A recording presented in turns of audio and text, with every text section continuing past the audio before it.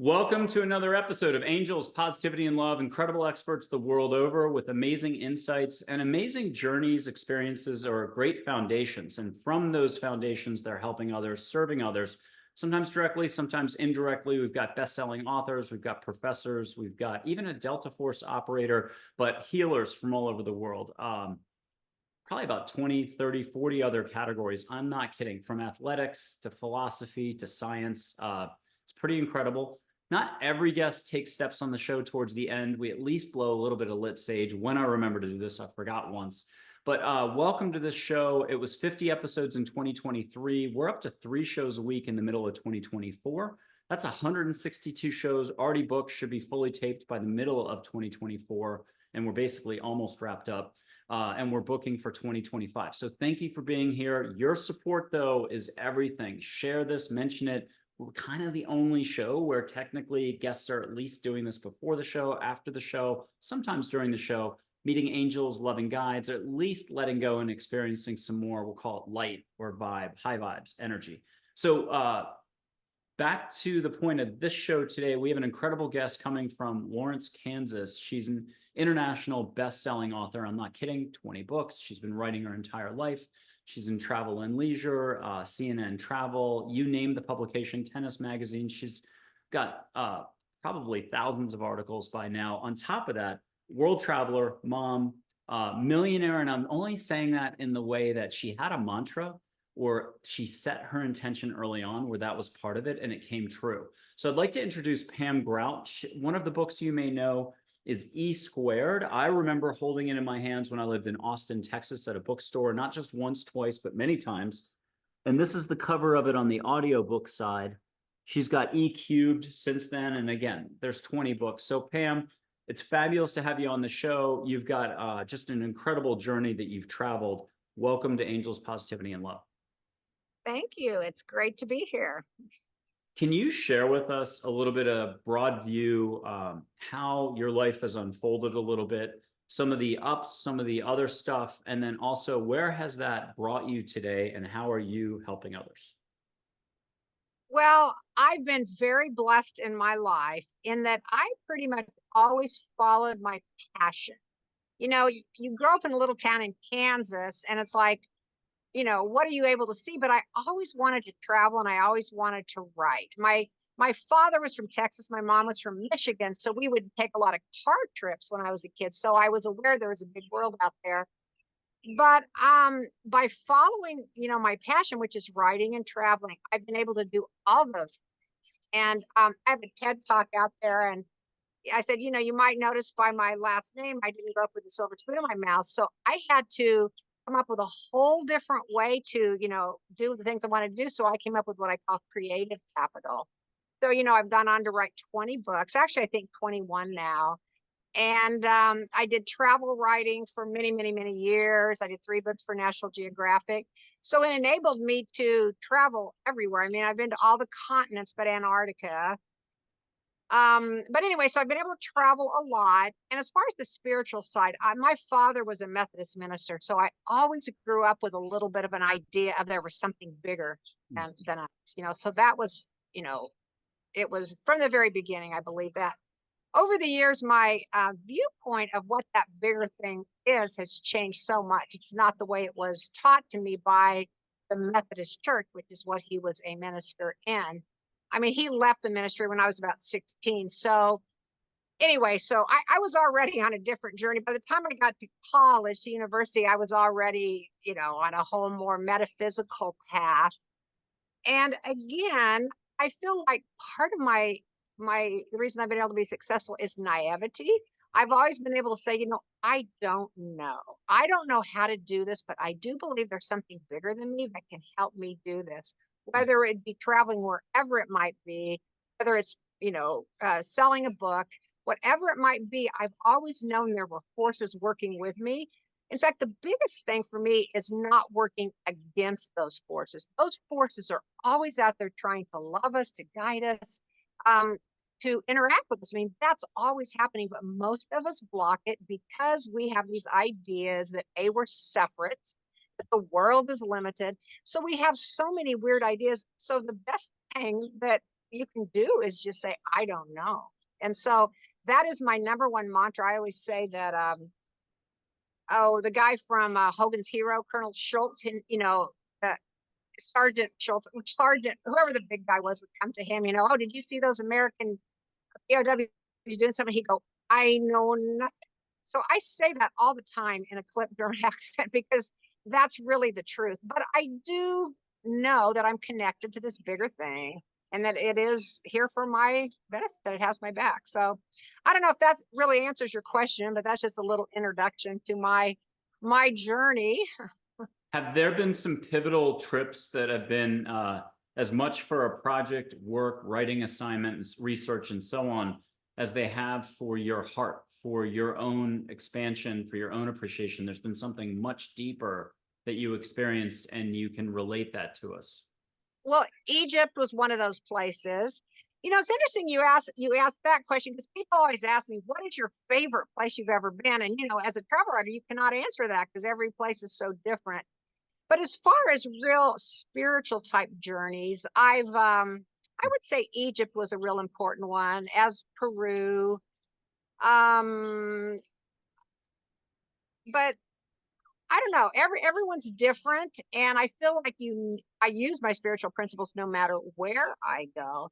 There are certainly places that a lot of people think are more tuned in, than other places. But I find that spirit pretty much wherever I go. For Egypt, take us to it. What did you get to experience? Where were you, and where was that couple? Well, kind of all over the place. A friend of mine, or actually I met her through my writing. She was a reader, but she invited actually my daughter and I, or she invited me, and I said I was going to take my daughter along because my daughter always played. There was a book called the Egypt Game that we read when she was small, and so she always played the Egypt game. I mean, all the time. Like we've buried out here in this backyard a Barbie that she mummified. So Egypt was always. So when I was invited to go, it's like, oh my gosh, I have to take Taz with me.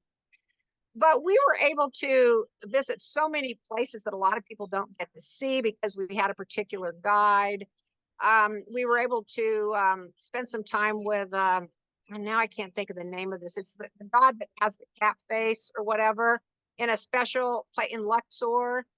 My friend's house is literally, some people get a vacation home by the beach. Some people get a vacation home in the mountains. She literally got a vacation home at the base in Giza, right across from the pyramid, the Great Pyramid. So we were already, that's where we started. We flew into Cairo and we started there, but we went out to the Siwa Peninsula. We did a lot of traveling around Egypt, and it's just a magical place. I mean, I think so many things started there. So anyway, that was a real highlight. But any place I went with my daughter was pretty much a highlight, so. And can you share with us for E Squared, that was Hay House, 40 different countries it's been translated into, or 40 different languages and more. And it's sold a lot of copies, New York Times bestseller and so on. Can you take us through how that came around? I mean, that was one of your bigger books, was it not, in terms of a splash? Yeah, it's funny. It was my 16th book. And the most ironic thing about it is I had published that same book under a different title 10 years earlier. Mm-hmm. It was called God Doesn't Have Bad Hair Days.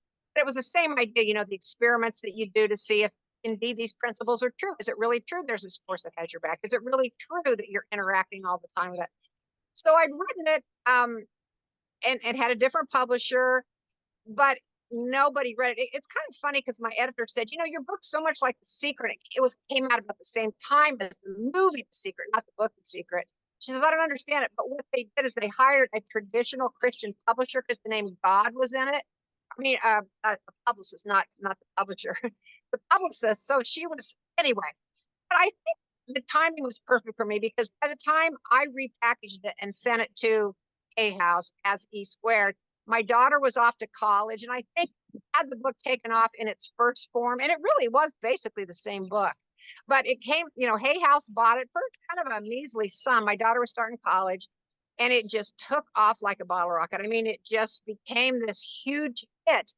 And I think a lot of it is because of social media. People were trying the experiments, and then they were posting about their experiments like, wow, look what happened to me. And I mean, for a while there, I got so many emails that started with, "Oh, you are never going to believe this." I mean, people were always sending me the results of their experiments too, and people were putting up videos on YouTube. So I don't know if it was about the time that social media really took off, but it just really went crazy and, became not just a New York Times bestseller, but a #1 New York Times bestseller. It was on there for, I don't know, 40 weeks. So that was really, as a writer, again, it was my 16th book. So that was a real, I've always written and made a living, but that was like, whoa, it just took it to a whole nother level. And that was just a real blessing for me, especially with Taz going to college and, college can get expensive and that sort of thing. So it was real blessing. And I feel like, if I really look at my life, it's just been blessed. Things happen all the time for my good. And I think I'm just aware of that. And I feel that's one of the best things people can do is to become aware of all the things that are working out in your favor.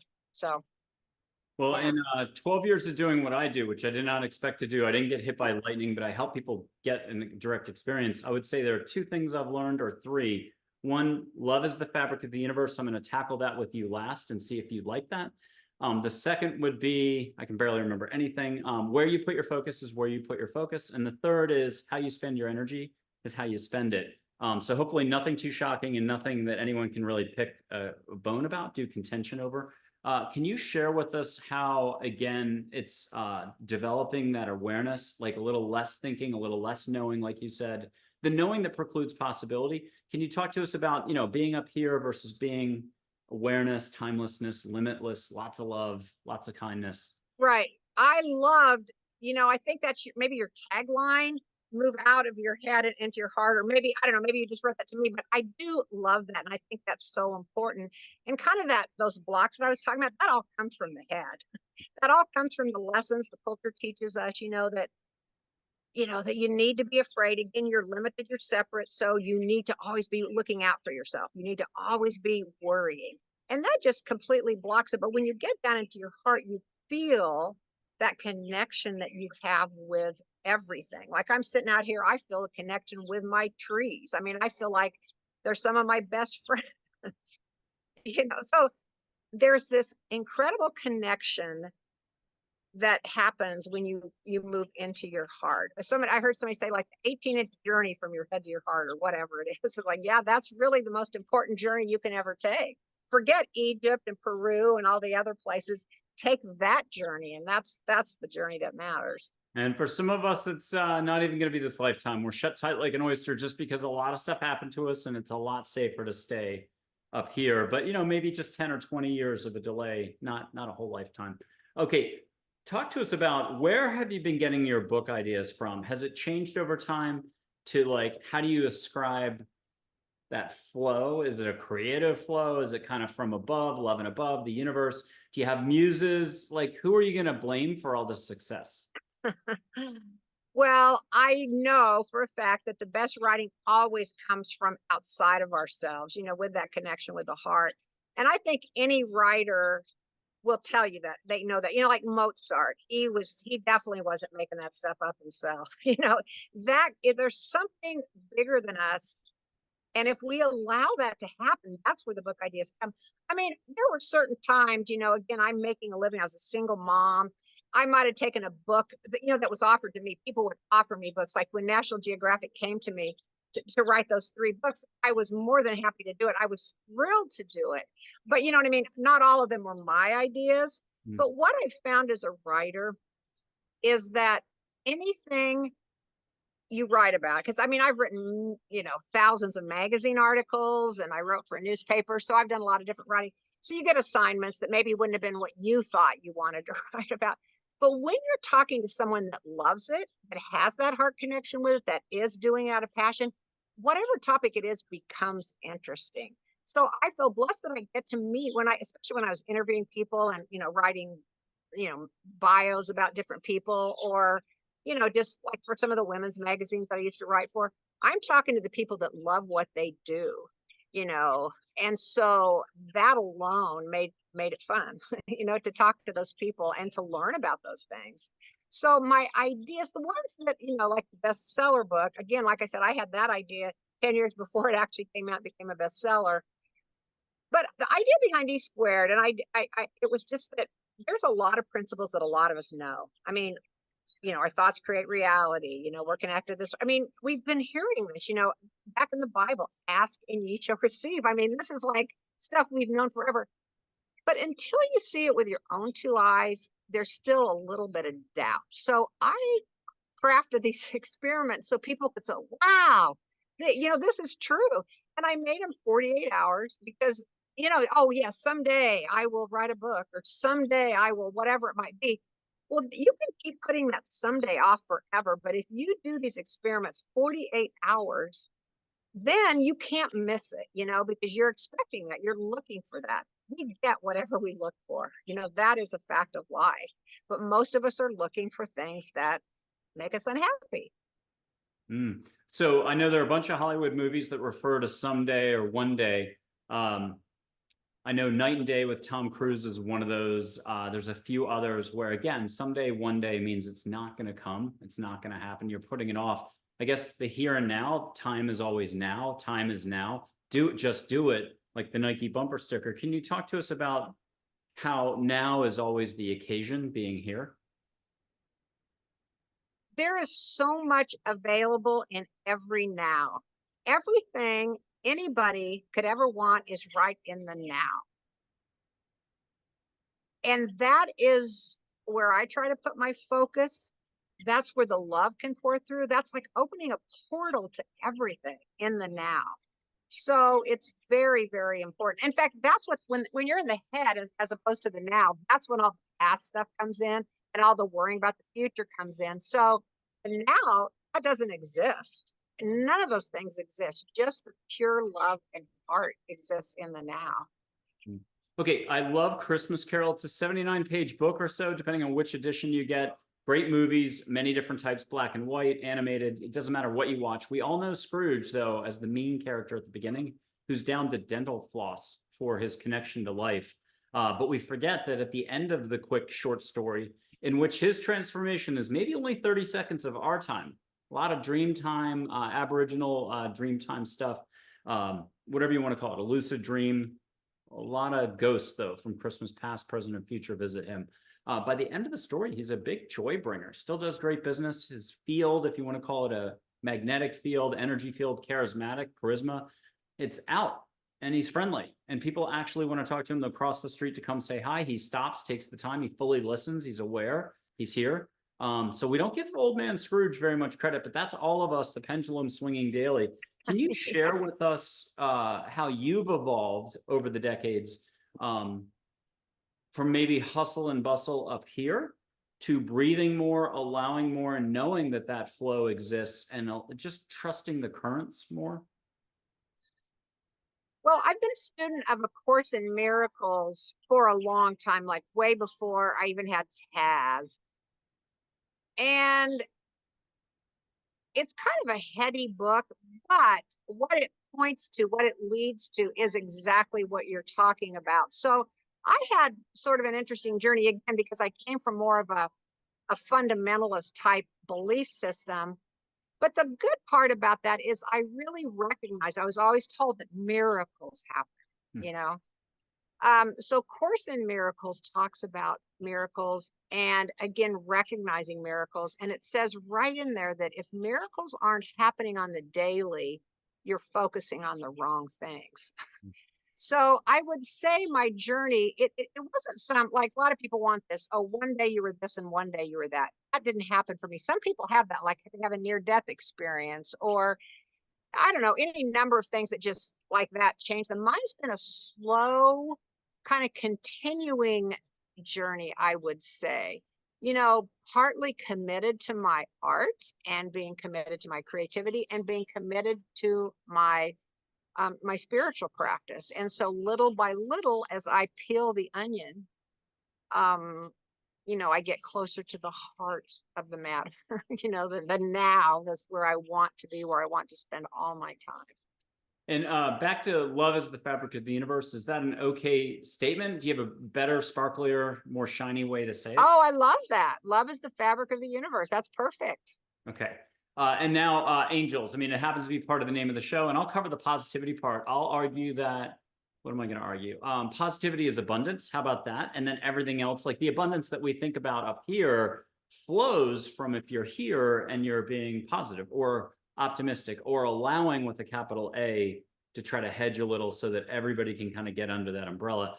Talk to us though about either the universe, about the concept of allowing, how it's really truly, again, back to that focal point in the now, but can you do what you do and what you did in like E square?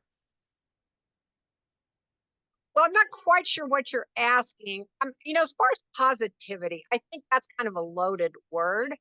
Everybody, oh, let's be positive, let's be positive. I'm probably more into just awareness, because when you're really deeply into awareness, there is no judgment. In fact, some way positivity it's a judgment. There's positivity, then there's negativity. So if you're just aware of what is, that goes back to the allowing. Everything can be, again, we want to have these labels, positive, negative, but just being aware, and that awareness will sort of wipe out anything, I don't know, gunk that might be stuck in our energy field, by just being aware, not making a judgment like, oh, that's not positive enough, or that's not, or, that's negative. Well, we don't always know. Again, it goes back to that thing I said, I don't know.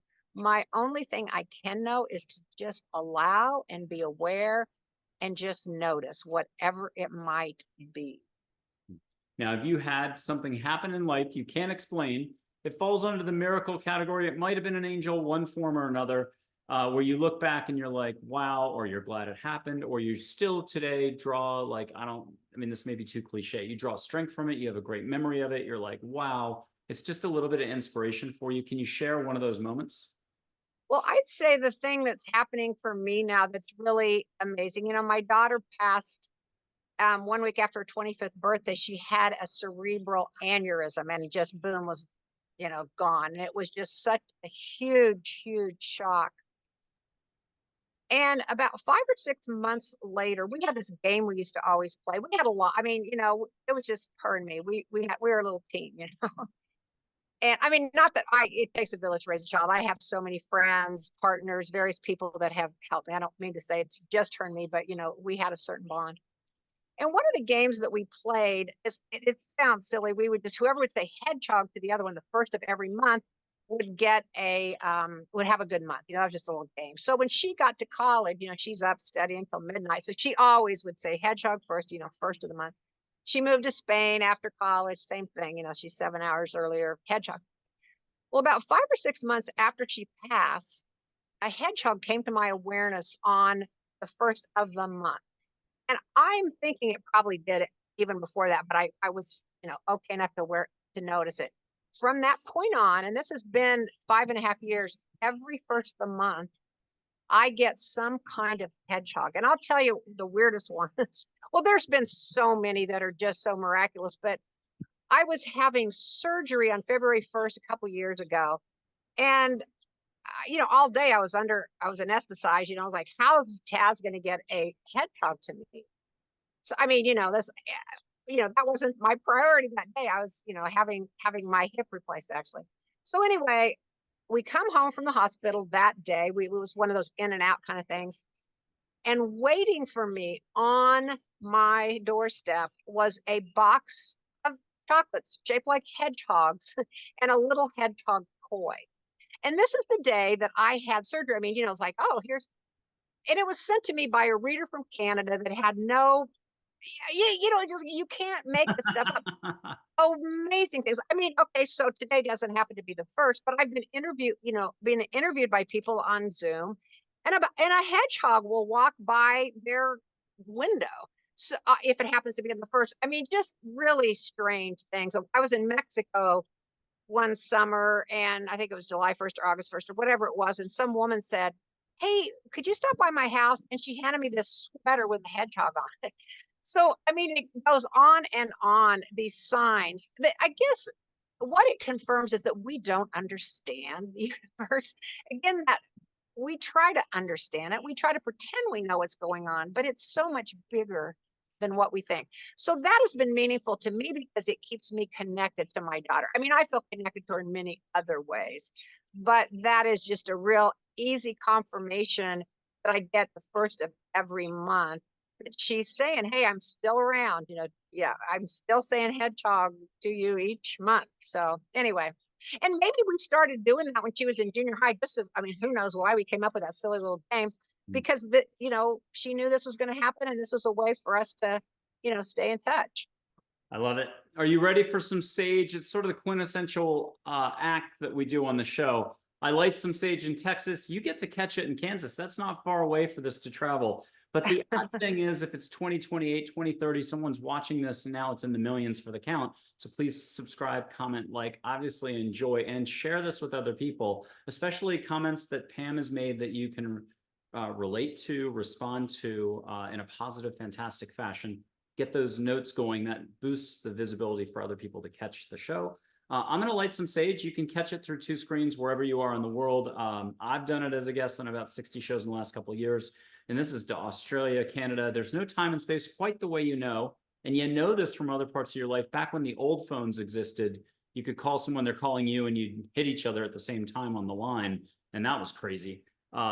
So what will you allow for? Ask the universe, ask angels to get you out of your head into your heart, make this nice, catch a little sage. But if you're already kind of there with all this, you're already on board with everything Pam's been talking about, E squared, you're gonna maybe want to allow for some flowers as well. Give yourself permission to smell. Own this, breathe extra. If you need to sit up straight at home, do it, own it. Here's a little bit of sage. Even though you've got wind and outdoors going on, I'm gonna blow you some sage. Catch some flowers that you know can't be from the backyard. Are you already getting it at your end? Oh yeah. You're cooked. What are you smelling, Pam? Gardenias, which I love. Awesome. Are you getting a little bit of smoke too? Yeah, I'd say so. Okay. I'm putting it out now. Talk to us about angels. Have you had a dream? Have you seen eyes shut, eyes open? Have you just known there was something happen? A stranger said something, you turn around, they're gone. The usual one of those stories. Do you have one of those that you could share? I don't think about angels. I mean, I feel their spirits. Like there have been so many times when, like, I'll be in a group and you just feel like, say, you mentioned you teach at Omega. I've given several workshops at Omega. But so, our little group will be sitting there, and right around us, it feels like the ancestors, the angels, whatever you want to call it, are right there. It might be the 25 people in the little tent, but it's, really triple that with, with all the spirits, whatever, with us. But I don't really talk about angels too much. The Course in Miracles does talk about angels. It's just a way to, the way I see it, it's a way to talk about things that we don't understand. And so it can give them a kind of a human form. Angels sort of can look like humans because it helps us understand it. It's so limited what we can understand and what we can know in this material plane. So that's a way to call them angels, to have, that makes it work for us. So I don't know. That's the best answer I can give It's a as good far as answer. angels. Yeah. It's a good answer. Okay, talk to us about compassion, gentleness, kindness. Do you have a way that you roll on that front? We can all use a little bit more gentleness, kindness, compassion.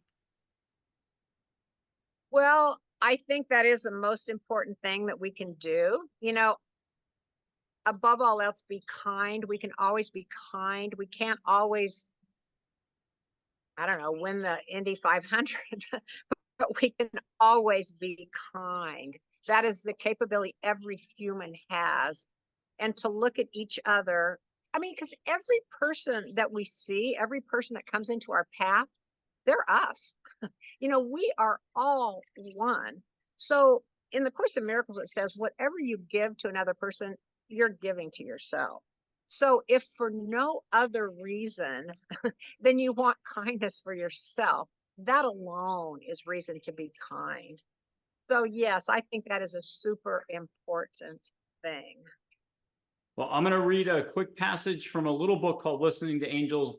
Blame angels for this. I just saw balls of light as I was typing. If anybody thinks I wrote this, great. Being is believing in all, like to be or not to be, being here. You do not need to be like anyone else. Be you. Smile more, think less. Do not permit others to dictate your well-being. Own your own being in life. Love more and allow more. You can be happy now in this very moment without a single reason. Again, this is why it's not about words or concepts, which are often just another form of egoic thinking. Always keep releasing so as to not allow walls to be rebuilt, ego in parentheses. What to release exactly is never that important. Those are mere details. Keep releasing. Good luck with that. Ego likes to judge everything and build walls. Ego likes to offer knowing as a form of false security blanket. Step away from this and return to a peaceful life. Follow your path in life, one step at a time. Enjoy it. And I'll leave one more thing. I'm jumping one paragraph ahead. Love isn't everything. Open your eyes to find love. There's only one life, like you just said, not two. Be in the moment. Compassion is within all too. There are just many levels of awareness, and man, everyone can grow. So what's your reaction to that? Did you like it? Oh, yes, that's very nice. You know, one of the Course in Miracles lessons, and I think this might be about where I'm at right now in the Course, is that every person that you see is a holy encounter. And even if it looks like in our judgmental mind that they're, doing something that we don't approve of or we think isn't kind or isn't whatever, our job is to draw that light out of them. And when we see that light in each person and it's there, that love, that light is in every single person. And whether it's real apparent, sometimes it isn't real apparent to the naked eye. And that's what we draw on, maybe angels, that higher, whatever it is, to see that light and to draw that out and to help it grow. So yes, I like that reading very much. Thank you. Absolutely. I'll put up 4 photographs of angels just in light energy form. Now, angels in the last month or so, after 13 years of this, have been giving different backgrounds. Some are really broad. They're like, just take all this with a grain of salt if you're watching at home. But one was like, hey, I've got an Andromeda background. Another's like, I've got a Sirius background. Others are more cosmic or just more present everywhere. It's a long story. But I think angels, to be fair, come in all shapes, sizes, and colors with all different types of backgrounds. The bottom line is they're all unconditional love, all here to help. You don't have to do anything. And in fact, you're not being told to do anything. It's free will is the most important. But if you do have a request, you only have to trust that they might exist. You're already firing off your intent or what you are saying all the time as it is. It's either coming from up here, it's coming from down here. And all that one angel said is 7% less thinking a day is the Olympic gold medal of That's great. of just like letting go, allowing, and being returning to a peaceful path, your unique life path, and owning what you got. 7% less thinking. Good luck with that. I've pulled the calculator out 4 times now in the last 2 years, and I've completely forgotten. Is that 2 hours, an hour and 45 minutes? But it means more yoga, more walking the dog, more hugging the dog, more hugging the trees. I'm going to put a photograph up. You can either just get a hug at home, put a hand up, feel this angel named Joy like a fireplace. Get a reminder of one chapter moment of your life that you're like, oh, I'd love to share this with the readers. You're going to get a little prompt. It might be a mantra. It might be something. But here's Joy. She's the emotion Joy, the ambassador communicator. If you play pickleball or tennis, you can have her jump in your arm and hit a winner tomorrow on the court. I've had her help me with runs. So if there are no limits in life, maybe there are really no limits. We knew it as a kid. Good luck with adulting. All bets are off, even if we were in the Casablanca movie. Okay, Pam, what are you getting from Joy? What are you feeling? Are you catching any new flowers beyond gardenias, something that you know couldn't be in the garden right now? Well, I love that you mentioned pickleball. I just played 2.5 hours of pickleball before this interview. Oh, I love it. So not kidding on that. Just ask her privately. You don't have to answer anything out loud. Just hear next pickleball thing. We're going to have a smashing success. No pun intended. Nobody gets hurt though. Okay, yeah. So get a little inspiration from her. And then can you share a direction, a chapter, a point in your life that you're like, oh yeah, I forgot about that travel. Wow. Well, I do love the idea of joy. I mean, that is a wonderful, I've often said in my books, joy is my GPS, because as you follow joy, and I know you're talking more about a particular spirit, but the whole spirit of joy, when you're in joy, you can't be in fear. You can't be in your head. I mean, it's just this radiating thing that happens when you feel joy. I mean, it's different than happiness. It's almost an energetic, I don't know, aura that joy is. And I don't know. It's like the mind just shuts down and you're just, dancing. It's just, I don't know. It's joy is beautiful. I very much like joy. It's a constant. I love what Big Mary said once, maybe around 2014, that love is everywhere. Open your eyes to see love. And then it was, I think, in the book passage as well. But joy's kind of like that. You just might have a song, you might get good news, a neighbor does something, and you're, next thing you know, you're on cloud nine doing a jig, or just you had a nature moment. The deer now have left, but you had a real like National Geographic wildlife moment. And afterwards you're like, oh yes, I love that. Or the cutest raccoon, baby raccoon film But on. you know what? It's funny you say that because all those things can bring joy. But I'm like walking across the kitchen floor to wash a dish, and this joy can well up. So it isn't really dependent on those things. Those always are little reminders. But I don't know. I often just feel joy for no reason whatsoever, just because it's there. That's Best my way, natural state. That's our natural state is joy. best way to do it. And I'll put up Archangel Michael two different ways. He's one of the little triangles there, but also this way. And if you want to get, again, encouragement, hug, a reminder about a certain chapter of your life, or anything else, you'll have them come in as a voice, a feeling, a reminder on something. It's whatever you'll allow for. And I have one other way with all the archangels. I heard step out of the house one time and take that photo. And people can feel it at home. Put your hand up if you want at home and just feel what you want to feel. Try too hard, you get sparkles on the toes. And you don't have to have me light sage to smell it. If people want to do the E squared, check out her book, one of those prove it things, although that's not the point of the exercise. It's more about just faith, non-religious, religious faith, letting go, trust. You can ask for that sage or flowers and just, do it in half an hour from now. Okay, what are you getting from Michael, or what are you feeling overall, and what would you like to share? Um, well, again, I've talked to different people that are into angels, like Lorna Byrne and different people like that. Um, but I don't know that I have a real strong sense of Archangel Michael. Nothing is springing to mind. Let's just say that. How about this? We'll try one more. We'll do Audrey Hepburn, an angel, which just means, love in a high vibe way. People have had her raise an eyebrow, wink, smile, shoulder waggle in this photo. People at home can allow for it. I'll tell one dad joke. The more you laugh, the more you let it go. And then it'll get through the defenses for folks at home. A photo we know can't move, but you never know. Miracles in every second. So here's the dad joke. Where in a hospital is the worst place to play hide and seek? Where? In the ICU. And you can catch a perfume that's yet to be invented from Paris. You can catch more flowers. But if you want to get a little prompt on some, again, chapter of your life, some portion of it, something that you forgot, that's a great reminder for us all for walking a smoother path, letting go, having more fun, having your cake, eating it too, no calories. And every cake equals a smile, and you get to distribute 1,000 other cakes to other people. What are you getting in this moment? Oh, just kind of reminds me of how much I enjoy movies and how, Audrey Hepburn was, just a beautiful, radiant being. So that's, I get a lot of joy from movies. That was my first thought. I love movies. I used movies as a total escape around 2013 or so. When I got woken up in the middle of the night, I would just either roll over, or I'd run to the TV, put on MTV, or put it on an old black and white.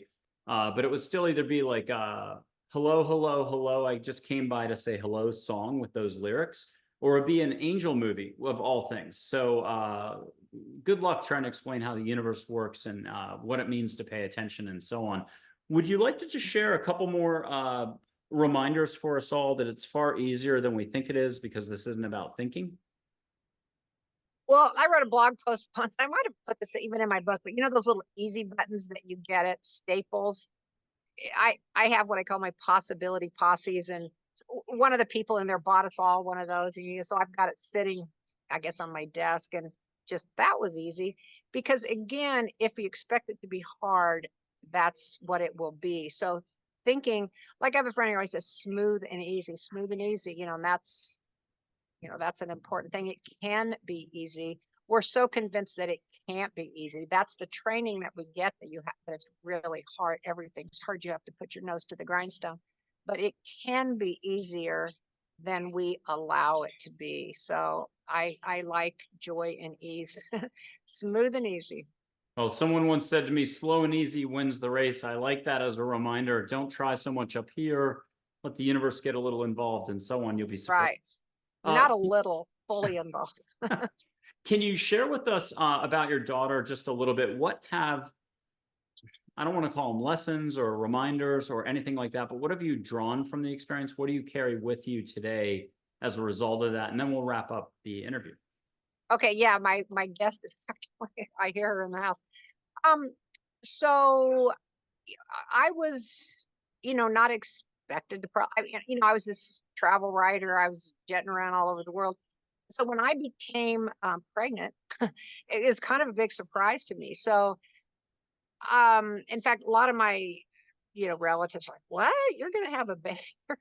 It wasn't, but she came to me, I feel like, in fact, she was an angel that came to me truly to change my life. I mean, she got me to settle down and write the books that I've written. I feel like had that not happened, I'd probably still be doing, I mean, I still continue to do travel writing, but I probably would have, been a little less settled to sit long enough. When you've got a kid at home, you need to stay in one place and you need to write longer projects. So she got me into writing longer projects, which then led to, the book career that I've had. I mean, again, I've written magazine articles forever.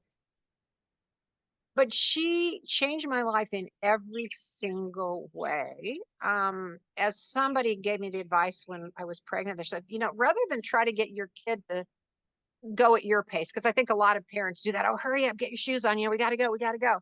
Again, because I was freelance, I was able to go slower.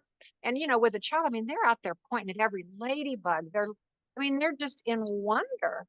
So I feel like really parents, rather than trying to teach their kids, should really try to learn from these beings of light that are coming to us, before they've gotten all the messages, all the gunk that, blocks it all.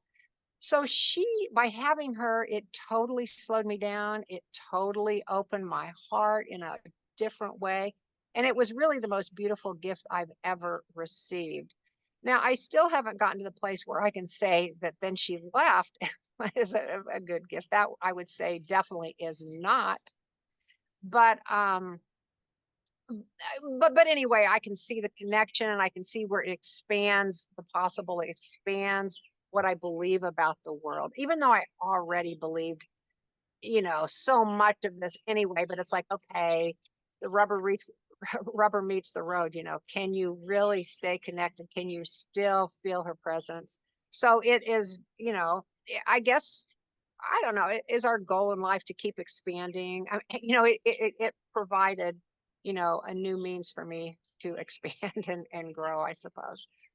And a final little teeny reminder about patience or resilience or love for all of us, anything inspirational you want to leave the audience with. It could be like a mantra you picked up from India when you were there, or something that has always been one of those phrases that you've gone back to again and again. Oh, wow. I have different mantras at different times. I